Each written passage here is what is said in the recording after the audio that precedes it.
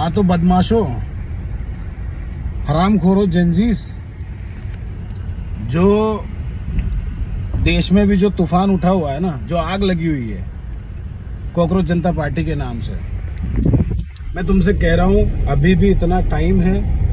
और ये जो आग लगी है ना, ऐसा नहीं कि दूसरों के घर में आग लग रही है, दूसरों के साथ परेशानियां हैं, अपनी तो पढ़ाई अच्छी चल रही है, अपना तो जॉब अच्छा चल रहा है, पिताजी खूब पैसा कमा रहे हैं, कोई मसले वाली दिक्कत नहीं। लेकिन जो दूसरों के घर में आग लगी हुई है ना, वो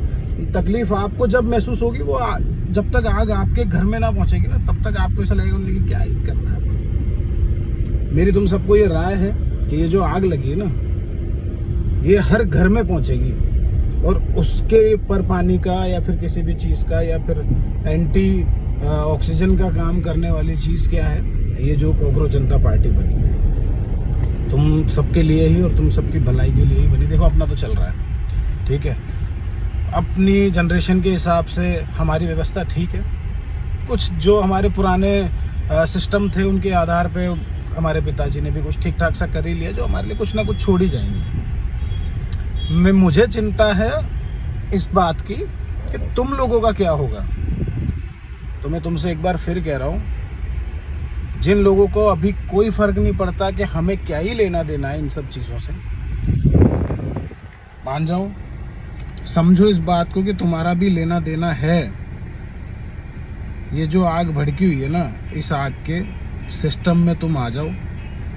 एक दूसरे का सपोर्ट करो, एक दूसरे की, क्योंकि क्या है कि या तो तुम इस देश को छोड़कर तुम्हें भागना पड़ेगा, आने वाले समय में कुछ ऐसा टाइम आएगा जो अपना जिंदगी गुलामी या किसी की कम आज़ादी या किसी भी तरीके की उस जिंदगी से अगर निजात पाना चाहता है तो उसे ये देश छोड़कर भागना पड़ेगा, या फिर अभी समय ऐसा है कि आपको कुछ 2, 4, 10, 20 लोगों को ये देश छोड़कर भगाना पड़ेगा। और अभी वो माहौल बना हुआ है, फूंक दो सबको, कह रहा हूँ, चल दो,